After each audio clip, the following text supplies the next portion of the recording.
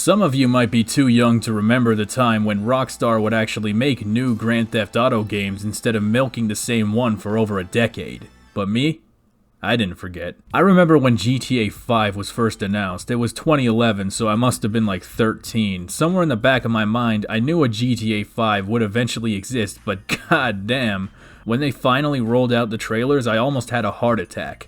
No joke, I thought these were good graphics. It was beautiful. It was one of those games that bridged the gap between the current generation and the next generation of video games. The map was ginormous, there were all these ridiculous details. You could drive under the water to find out that the sea floor was actually modeled. There were 3 protagonists from completely different walks of life and all kinds of things you could do. It truly was a game of the future, and just like today where you have all these dog shit fakey fake GTA 6 trailers, which are just GTA 5 but with photorealistic graphics mods, there were all these fake-ass GTA 5 trailers which were just GTA 4 mods leading up to the actual GTA 5 trailer, and even though my parents would never let me play those games, you know damn well my 12-year-old ass was watching all those fake trailers on YouTube and believing it 100 billion% in complete envy of all my friends whose parents didn't actually care about what the bitch-ass ESRB had to say.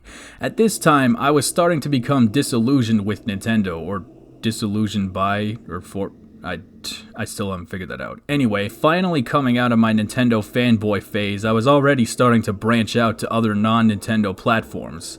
And games like GTA 4, which could never in a million years get running on a Nintendo Wii, were beyond fascinating to me. And I would watch gameplay videos all the time, hoping and praying that one day I could finally get to play these games. Fast forward to today, I am a 23-year-old fat deranged schizoid of a man. But at least I can play GTA now, and my parents can do nothing about it, so, yay. Now, Phantom Bino has beat GTA 5 like 4-ish times since it first came out in 2013, and put in over 200 hours on PC alone. But it wasn't until my 4th playthrough, which was by far the most thorough one I've done, spending hours cleaning up the side content, that I thought, yeah, okay, maybe I can talk about this game now. Your boy did his homework. Also, they're making a new, expanded, enhanced version for the PS5 and the Xbox Series X Bang, so yeah, I think it's okay to talk about it now. When I first played the game, I was 15 or 16, I was a little baby boy, and I was killing myself laughing at the billboard ads and Jimmy being a fat, annoying gamer, and hearing Franklin and Lamar say the N-word a billion times in pretty much every single cutscene with Trevor. Came over here to holler at you about the little thing. Man, I said I'm tired, dawg. What fucking thing? I love things. I'm the king of things. I was blown away by the extremely detailed and huge world and the masterful presentation, but most of all, I was left absolutely speechless by Franklin's super smooth forehead. Like, how many polygons did they use on his forehead? Jesus Christ, man. And I love how you can meet Patrick McCreary from GTA 4 and bring him on Heist to hear him talk about the Liberty City bank job. It was me, my brother Derek, God rest his soul, my pal Michael, God rest his soul, and another boy, Niko, who's probably dead too. But as I got older and started paying more attention to what was actually happening in the story and the gameplay for that matter, I slowly realized that maybe this game isn't really all that I thought it was. I mean, don't get me wrong, all that stuff is still cool as shit. God knows the internet still loves hearing FNL say the N-word a billion times. But when I actually started thinking critically about this game, which you should never ever ever do, by the way, you will be way happier if you just consume all products without asking questions, pinky swear. But when I started thinking critically about this game, I realized that it kinda sucked ass. I mean, a little. I think that even almost 8 years later, there are a ton of things about GTA 5 that remain impressive, and as you can surmise, I put 200 hours into it, so obviously I like it at least a little bit, and especially now that I've played Cyberpunk 2077, I've gained a new appreciation for massive open world super games that don't fucking break every 2 seconds. I guess I never really thought about it, but these kinds of games are very difficult to make. Bethesda has been making games like this for decades, and they still don't know how to make them. But at the same time, I've also started noticing things about this game that are kinda shitty, at least from my point of view. It's been long enough since this game came out that I can say whatever I want without getting kidnapped and chucked off a building, and some of this might come off as a little nitpicky, which isn't necessarily wrong, but you know, I'm not about to sweat this game over like water physics and whatnot, and I am well aware that the game will be 8 years old this year, so doesn't really matter. But part of this is there are a lot of things that I want to see GTA 6 do better on the off chance that Rockstar actually makes that game, instead of just porting 5 to the Soldier Boy handheld and shit. But I should probably point out that there are a bunch of spoilers in this video. I will be talking about the story and the gameplay and just about everything. So go order yourself some Bleeder Burgers, some Cluckin' Bell, and some fucking Sprunk or whatever. Get yourself a 2 number 9s, a number 9 large, and number 67 with extra cheese, cause this is gonna be a long ass video. Let's start with the most impressive aspect of GTA 5, the open world. Rockstar has been the top dog when it comes to making open worlds. Well, at least that's the most popular narrative. Now, in many respects, that's very true. The world of GTA 5 is massive with varied landscapes. You got the inner city areas, the richer neighborhoods, the downtown areas, the forest, the logging factory, the trailer parks, beaches. There is so much detail and so many fleshed out areas and great environmental storytelling. They absolutely succeeded in creating a rich, intoxicating setting. This is all well and good from the perspective of presentation. In fact, they just knocked it out of the park in that respect. I mean, sure, it looks a tiny bit dusty in direct comparison with recent games, but it doesn't look bad at all. And when you're just sandboxing and dicking around, it's fun to explore and to go wherever you want, soaking in all the little details. But the problem is that all of that awesome shit gets thrown into the garbage bin once you enter the actual missions. The varied landscapes, multiple modes of traversal and whatnot that you can do in the open world kinda just disappears once you enter the missions, and to some extent I understand why, because they wanted to make the game cinematic, but at the same time there is so much potential here to translate this stuff into crazy cool gameplay situations. You got submarines, cranes, planes, choppers, hang gliders, jet skis, all kinds of awesome shit, and I feel like there must be a way to utilize that in the campaign in a dynamic and player-directed way without sacrificing the story for it, but you're not allowed to because the game has to force you constantly from A to B to C. A lot of you know me for talking about Mario, and you may remember that I put games like Mario Galaxy lower on my list because of how linear and streamlined they are. But at least in Galaxy, the level design is built to service this more linear gameplay. By comparison, Super Mario Odyssey is a lot more open and dynamic, which I prefer. But what if every single moon had to be acquired in a very specific order and within the very specific parameters like they do with Galaxy? Despite having all this wide open space and these neat mechanics which are much more conducive to a dynamic player-directed experience. Well, to some extent, that's kinda how it feels to play GTA 5. If this was MGS 5, you'd be able to walk all the way up to higher ground, jump off the side of a cliff, deploy a fucking hang glider, and fly over the mission area and death from above. But no. 90% of the missions in this game are just stand in this spot and shoot these guys, then drive to this other spot and do it again. Even in the missions where you are doing something more cool, you're only doing it on Rockstar's very specific terms. I appreciate a kid who follows orders without taking responsibility. There are some missions that have a slightly more involved planning process, like the heists, but at the end of the day, most of them are largely shallow, easy-ass shooting galleries. And the worst part is that when it isn't a shooting gallery, it's usually just a boring-ass mission like the shitty tow truck mission or the crane mission, and because you have all this boring-ass shit, it kinda Stockholm syndromes you into thinking that the shooting galleries are way cooler and more interesting and more fun than they actually are. It's kinda diabolical in a way. There are so many things that the game has that could be conducive to more interesting and open-ended gameplay. There's a billion different guns and they all have cool upgrades you can use. For every single gun I own, they all have a silencer and a flashlight and everything. That almost never makes a difference at all though. Even though you have all these crazy weapons like tear gas and proximity mines and shit, nothing is more effective than just aiming and shooting the fuck out of everyone. If Last of Us has taught me anything, it's that even the most shallow and largely basic stealth mechanics can make any game substantially more interesting. I think GTA 6 could definitely benefit from having more open missions with some actual stealth shit. Could you imagine? Red Dead 2 kinda has that, but it's mostly just a slightly more effective crouch button, and even then, it only really seems to work when Rockstar wants it to, so it seems that they didn't really learn anything yet. One thing that pisses me off especially is the heist setup missions where you have to park a getaway vehicle in a secluded spot. On the surface, the heist setups are really cool, because you have to make it happen using your own head and intuition because it's way less restrictive and scripted.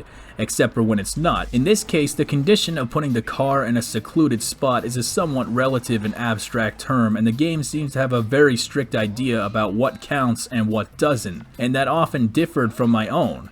Like how this back alley in dickfuck nowhere was too public. Really?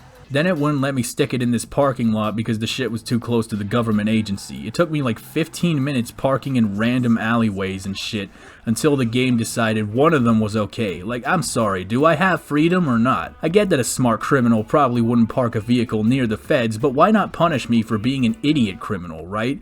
Like, if you park the car in there and then do the heist, the cops get on you way faster. Like, that would be cool as fuck. Like, imagine Michael grilling Franklin for being an idiot putting the car there while trying to escape the police during the heist. We all do dumb things. That's what makes us human. Could be. More dynamic options will always make games more interesting in the long run, at least for me. Take Vice City for instance. There was this one mission near the beginning where you had to kill this guy playing golf. Seems simple enough, except that the security has to confiscate your guns, so you can only get him with melee. And also, once you get anywhere near this slippery bastard, he hops into a golf car and rides off into the night. And I kept trying to chase him down, but every time he would just get away and the shitty fucking security guards would just pull me out my car before I could do anything, and I would fail the mission every time. And right now you're probably thinking, wow Bane, you're shit at this game. But what if I'm not?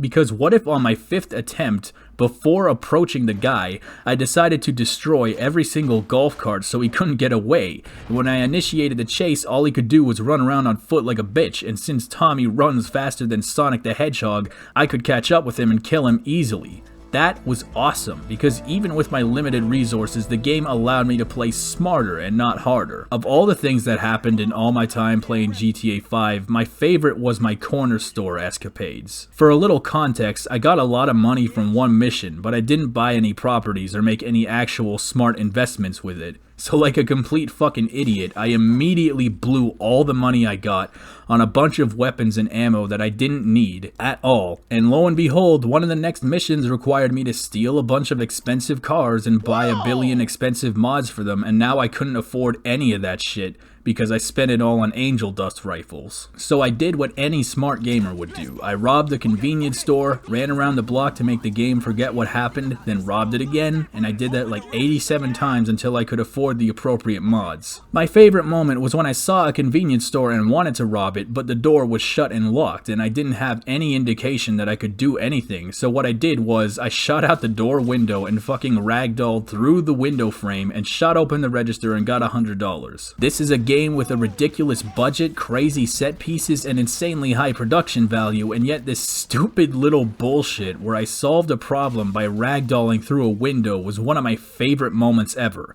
Because as far as I can remember, nowhere in the game was I told that this was an option. It was just something that I thought might be possible, and when I learned that it was, I felt like a genius. And I just wish more of the game was like that. The convenience stores are a funny thing too. I literally broke into the store while two guys were out smoking, and I shot up the whole building with a silenced assault rifle, and they didn't give a shit at all. At some occasions, there was literally someone inside the store while the owner was gone for some reason, and as I was shooting open the registers, they literally did not notice at all. But there are other times where I kill somebody with a silenced pistol in bumfuck Blaine County at midnight with no one around, and somehow all the cops know I'm there immediately. For real, like, what are the rules? I don't understand. I especially love how even when cops don't officially see you, they still somehow know exactly where you are. It's like they can smell you or something, and they always converge on your exact location, no matter where it is, even to the point that they can clearly see you under murky-ass black water and kill you instantly. If you've never seen Nakey Jakey's video, Rockstar's game design is outdated, I demand you go and watch that. It's incredibly articulate and goes into a lot more detail about everything I was just talking about. He's also a lot funnier because he has a yoga ball, and that's where he keeps all his jokes. Then you have the story. Like The Last of Us 2, the story of GTA 5 is frustrating but with some brilliant moments sprinkled somewhere in there, at least in my opinion. Unlike the previous games, which were largely compact and fairly easy to follow run-of-the-mill HBO crime drama stories, GTA has slowly evolved into a more thoughtful piece of video game storytelling, culminating into GTA 5, which is a fucking lunatic Metal Gear level story, where like the CIA and the FBI are waging a secret war against each other to secure more money from the fucking Illuminati Shadow Moses Patriots that secretly run the government, and also you're stealing a bunch of top secret weapons and shit, and there may or may not be aliens involved. There's a scene near the end where you get into a shootout with the CIA and the FBI and this douchebag's private Merryweather security force. That's right, the game has fucking PMCs too, because god damn it, it's never enough. And then Trevor shows up halfway through like, "You look terrible, Mikey. You haven't aged well at all." There's all this shit about the information age, mass surveillance, the radio is advertising private prisons, and how everything is fake and the city is full of mindless drones who are entirely the product of manufactured consent. Like, if GTA 6 doesn't literally have Metal Gears, I'm going to piss my own ass. Well, let me rephrase. Why? Why? Because you don't want me to testify in court about our various business dealings, right? Agent Sanchez, apprehend the suspect! Agent Sanchez, you'll do no such thing. Put the weapons down, boys. Fun time is over. Put your weapons down, all of you. Who the fuck are you with? With me. Put the guns down, gentlemen.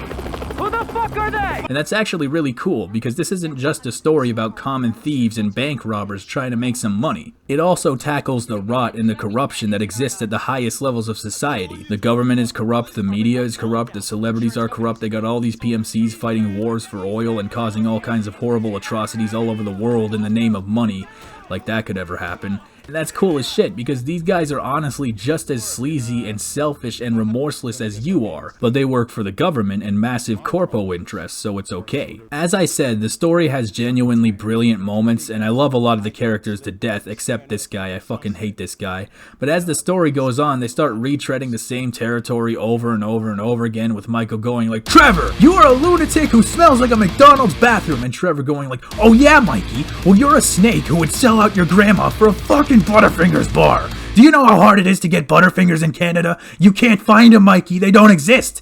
For the record, that's actually true. I've lived in this country my entire life, and I have never once seen Butterfingers in an actual grocery store. But seeing Trevor find out the truth about Brad, or seeing Michael's family drama and this weirdo son I never had bullshit with Franklin, Trevor's insistence on loyalty, and all the government conspiracy crap, that stuff is cool as shit. But so much of it ends up being repeated, nonsensical chicken shit bullshit. Hipster. Fuck you! Fuck you, Michael! Probably the dumbest part of the story is the feeling of inconsequence. At the end of the game, you are given a choice of 3 different endings. In ending A, Franklin kills Trevor. In B, Franklin kills Michael. Both of these endings are harsh and brutal and emotionally painful to endure. And if it was just these 2 options, the story would honestly be so much better, so much more brave. Both of these characters are characters you spent the whole game with, and you identify with them now. You know their wants and their struggles and their values and their histories. Remember the sympathy structure.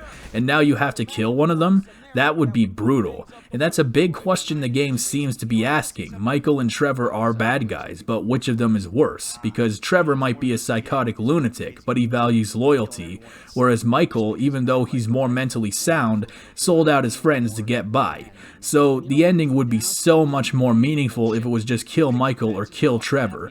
But that conflict loses all of its meaning when they chose to pussy out with option C, which is this fucking fairy tale Candyland ending where all 3 of them just drop all their differences on a dime and team up to exterminate all their enemies in one fell swoop, because apparently they could just fucking do that the whole time. They kill like 7 SWAT teams, 90% of the FBI, the CIA, the Triads, Stretches gangs, and Devin Douchey McDickbags PMC group all at once, and it's not even hard.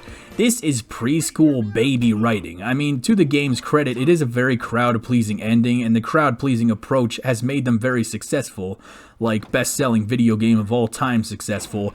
But god damn, this is the most bitch boy no balls ending. Have some balls, have some cojones, cabron. It kinda has the opposite problem that Last of Us 2's ending has, where instead of being too ambiguous or leaving too many questions unanswered, it just hands you this baboon level good guy win, bad gay lose. I wrote bad gay, but I meant bad guy. You know what I meant. Actually, this reminds me of this story that I wrote in the 3rd grade, where it was all like, the year is 1943, World War II rages on, and it's not looking good for the Allied forces. But then Hitler accidentally dropped an H-bomb on his own army, and they all died. The end. That's not made up, by the way. I actually wrote that. I was a very imaginative kid. Stupid Bane. The H-bomb didn't exist in 1943. Some of you might think it's stupid to complain about this ending because it's optional, but the point of choosing different endings, or so I thought anyway, is that it's supposed to feel like an engaging, perhaps difficult choice to make, but of the 3 choices, this is the only choice with 0 consequences. They give you this brutal and difficult choice to make, but then throw in this completely no strings attached miracle, they all lived happily ever after, Cinderella nonsense. Why wouldn't you choose this ending? One concern I can see with only having option A or B is that it will permanently lock you out of a chunk of the game's content unless you start a new file, because you can no longer play the protagonist specific missions for the one that is now dead. But there's gotta be a way of having those fucked up endings without sacrificing the gameplay. Death Stranding has a very conclusive and final ending, but it lets you keep playing by setting you back a week before the ending scenario when you re-enter your file. Why not do something like that? By comparison, the 2 endings of GTA 4 are either Roman dying or Kate dying. No matter which ending you choose, the people closest to you still end up dying, and that shit is brutal, and that's the story that a game about vicious, murderous career criminals should attempt to tell. No matter what anyone says about GTA 4, it will always have that. In fact, things like that happen many times in 4. Just to be as clear as possible, my issue is not that the characters are OP, alright? GTA protags were always OP, and otherwise, yeah, I get it, it's a video game, that's the point. If I can suspend my disbelief with Mario Kart, I can do it here. But the problem is that you have these very fallible human beings who honestly probably deserve some kind of permanent consequences, and the game spends so much time building that up. Flawed, awful, totally uncomfortable, and poorly matched friends. Option C would have been way better if at least somebody on your side dies. Like maybe instead of a protag, it's a support NPC that you've been working with the whole time just by like collateral damage, like Lamar or Davey or one of Trevor's boys, or all 3, I don't know. That's really what it is. I just think narratively it makes the most sense for these guys to at least have some kind of permanent consequence. Because that's the whole thing, you're playing as bad guys who are working for and against debatably worse guys, but you're still a major piece of shit who killed 1 billion+ people, so you deserve some repercussions, but nope, fuck it, you're a winner. It's almost patronizing in a way. Every single character, and I do mean every single character that the game wants you to hate, ends up getting either viciously humiliated or fucking killed. Right down to Michael's tweety little bitch therapist. He fucks off to do a reality TV show, then the game just lets you kill him out of a fit of rage, or Devin's lawyer getting shredded in a jet engine. On some sick, twisted level, I think the plot is supposed to be extremely cathartic. War criminals, corrupt government officials, ghoulish corporate spooks, rapey celebrities, all of this shit really exists, right? And in the real world, a lot of those people will never face any consequences for what they do because they're largely untouchable, and they'll end up laughing it up on Jimmy Kimmel like there's nothing wrong. But GTA is another universe where some bottom bitch like Franklin and the boys, who the game is largely rigged against, can finally take the battle back to the ones pulling the strings and have no consequences of their own. It's a very how the tables turn fantasy, because no matter what media manufactured narrative you're being told or how much money they have, a lot of these guys are in a way no less evil and wicked than some broke bitch robbing a Circle K with a shotgun. From a certain perspective, I'm not here to tell you what to think. Do your own thinking and reach your own conclusions. Hey, T, enough with the faux political bullshit. At the same time, that's kind of the biggest problem with GTA 5. It's 2 stories fighting for dominance. It's a super edgy adult game for grown-up big boys that deals with all kinds of heavy stuff like government corruption, torture, political assassinations, and all this really intense subject matter. But it's also a goofy-ass children's game that patronizes its audience with a consequence-free plot and Jimmy McJizzman and his fucking hermaphrodite jokes and Michael drawing dicks on this guy's chest. And this is what happens when you make an M-rated game geared towards adults that somehow gained an audience that is disproportionately made up of 12-year-old kids who fucking ruined the online mode by stealing mommy's credit card and buying all kinds of broken-ass vehicle upgrades. Trust me, the online is an absolute clusterfuck. It's bad enough to be its own half-hour video. And don't get me wrong, I have nothing against immature humor, but the problem with GTA 5 is that it has trouble establishing a distinction between the moments where you're supposed to be laughing it up and the moments where you're supposed to be reflecting on it like, holy shit, this is horrible. You know that scene in Final Fantasy VII Remake where Jesse is dying and there's all this really sad Final Fantasy music playing in the background and then Cloud says, "You owe me a pizza." That's kinda what GTA 5 is like, except the dialogue is better. And that wouldn't even be so bad if it wasn't clearly trying to be a real-world type story in a one-to-one recreation of a real-world setting, populated by human beings with real-world struggles. I think it's trying to have it both ways. It's in a weird situation where it's the follow-up to a gritty-ass game like GTA 4, but it's also following in the footsteps of the sillier PS2 era games, and it's competing with things like Saints Row, which is a parody of GTA, but its parody status and lack of direct connection to GTA allows it to be as ridiculous as it wants. But GTA 5 was also made during the greater emergence of the prestige game, where video games now have the dual function of also being Hollywood movies, so it's super serious and also super goofy to the point that it sometimes borders on being a self-parody. It's kinda like how Metal Gear sometimes has toilet humor and goofy parts despite being an overall serious game. Diarrhea. But at least in Metal Gear, it's mostly just occasional comic relief, and even then, all the horrific things that you comply with end up having some kind of consequence. Even something as profoundly raunchy and deliberately comedic as Conker's Bad Fur Day, for instance, has a consequential plot. Conker is a drunken, horny, profane bastard and everyone loves him for it. Well, that's all anyone ever talks about, the funny parts. What they don't talk about is the ending where his girlfriend gets gunned down in cold blood and he becomes the king of the world, but now he's all alone and depressed forever. It's a game full of jokes and laughs until the end. After Barry dies, you expect a punchline, and it's like, there is no punchline. It's not a joke. Conker's Bad Fur Day is a shitpost of a game made in 2001, and it has a more consequential and ballsy plot than GTA 5. In GTA 5, all three characters kill infinity plus people and constantly treat the people closest to them like shit, and the narrative repeatedly acknowledges how bad these guys are. And then the government threatens to kill them for some shit, so they just fucking kill the entire government and everyone who ever pissed them off. And then they all live happily ever after and nothing bad ever happens again. It's like Lord of the Rings, but if Frodo was fucking One Punch Man. I think most of us can agree that GTA's sister series Red Dead Redemption is far more effective, at least on the narrative level. Neither Red Deads are afraid of permanence and consequence like GTA 5 is. Characters you love are gunned down in the street in cold blood or turned against you, and you have no say in that, and it's heartbreaking but incredibly powerful. But what if it wasn't like that? Like, imagine if in Red Dead 2, right before everything comes to a head, Hosea just rises up out of his grave, spontaneously discovers a miracle cure for tuberculosis, gives it to Arthur, and then Micah shits his pants from rage and turns into a hamster and gets eaten by a gator. Then Dutch apologizes to everyone for everything, and they all just fucking move to Tahiti and marry each other. And then a message appears at the end saying, by the way, the first game is not canon, lol.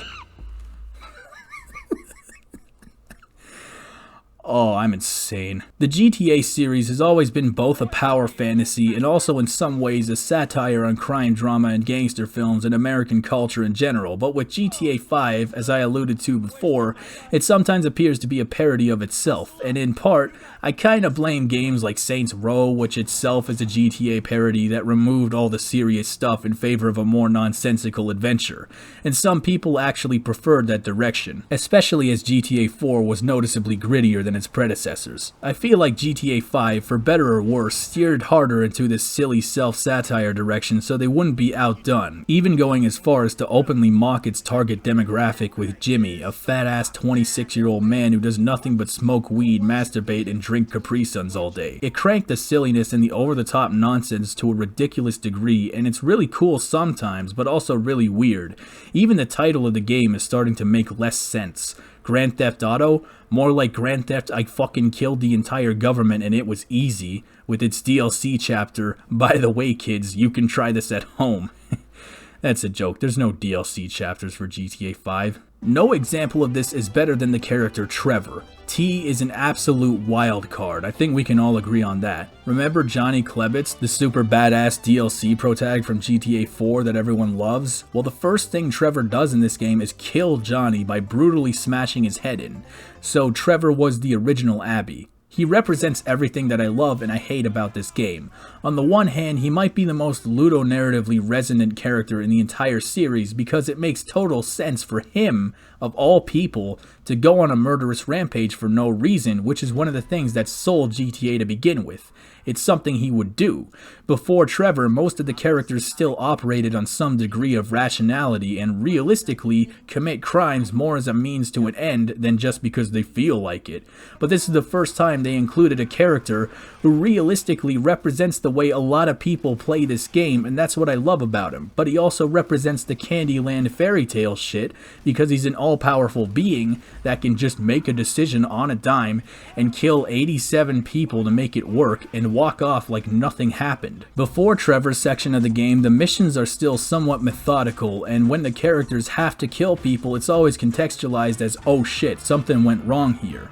But when you get to the Trevor section, his solution to every single problem is just to kill all the people causing it.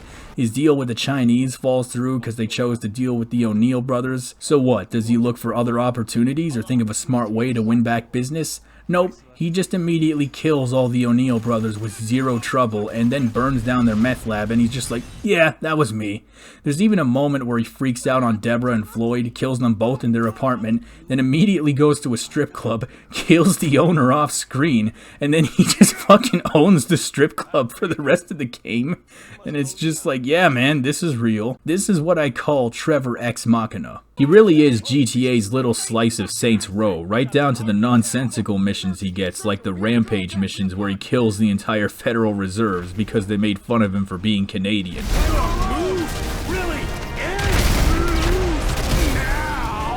Or this mission where you kill a bunch of hipsters. Trevor is a nonsensical, all-powerful, demented monster. He's like a creepypasta villain ready to pop out your TV with hyper-realistic blood coming out his eyes and Gygas music playing in the background. But at the same time, his value for loyalty kinda makes him a more complicated character, and you can sort of buy the narrative that he's been hard done by. At the same time though, both the other protagonists are broken as fuck, right? Michael kills infinity plus people too, but somehow he always seems to find a way to get out of it, and yet he still feels sorry for himself all the time. Like he committed 1 billion plus crimes and got away with it, and even got a sweet government paycheck in order to do it, and they set him up in this nice multi-million-dollar mansion in Hollywood. He is the devil. He got rewarded by the very people who were supposed to shut him down, and he still finds a way to feel like a victim. Even in the intro, he sees this homeless, disoriented crackhead on the beach getting yelled at by the cops, and this rich little weasel has the audacity to look at him and say, I know just how you feel. Motherfucker.